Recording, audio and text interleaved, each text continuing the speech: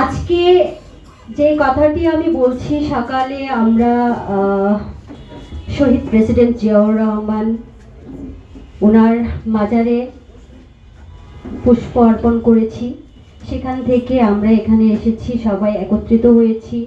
আজকে সবাই দেখতে পাচ্ছেন, সূর্য উঠবেই অন্ধকার দেয়াল ভাঙবে এই গানের মোড়ক উন্মোচন। সেই সাথে জাসাসের 47তম প্রতিষ্ঠা বার্ষিকী উপলক্ষে সবাই আমরা আমাদের গণতন্ত্রের মা বেগম খালেদা জিয়া, উনি অসুস্থ, ওনার জন্য প্রাণ ভরে দোয়া করব, খুব দ্রুত যেন সুস্থ হয়ে আমাদের মাঝে ফিরে আসতে পারেন।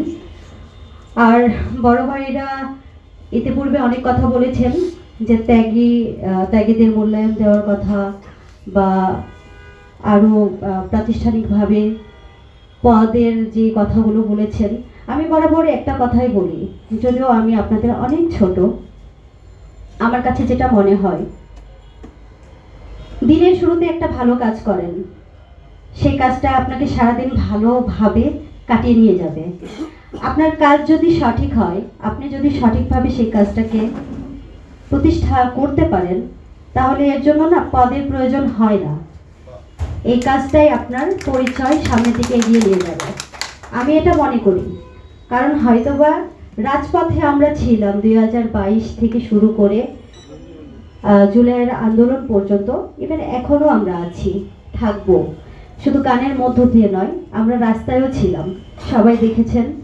এখানে যারা আছে সবাই ছিলাম, যারা ছিলেন না এখন তারাও বলছে আমরাও ছিলাম, ঠিক আছে?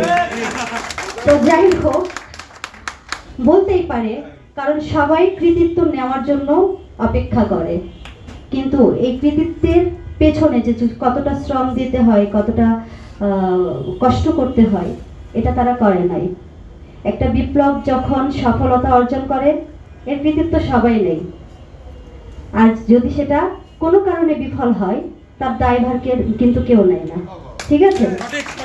তো আমি সেই জায়গা থেকে বলবো, অবশ্যই এখানে জনাব আব্দুল সালাম স্যার আছেন। স্যার, আপনাকে আমি বলবো যে বরাবর একটা কথাই, যোগ্য যারা তাদেরকে সব দায়িত্ব বুঝিয়ে দিবেন, এবং আমরা সেই সাথে আমাদের দেশের রাষ্ট্রনায়ক জনাব তারেক রহমানের নেতৃত্বে, আমাদের জাসাসের যুগ্ম আহ্বায়ক গুরু ইথুন বাবুর নেতৃত্বে, ওনার হাত ধরে আমরা ভালো কিছু করতে চাই, সামনের দিকে এগোতে চাই।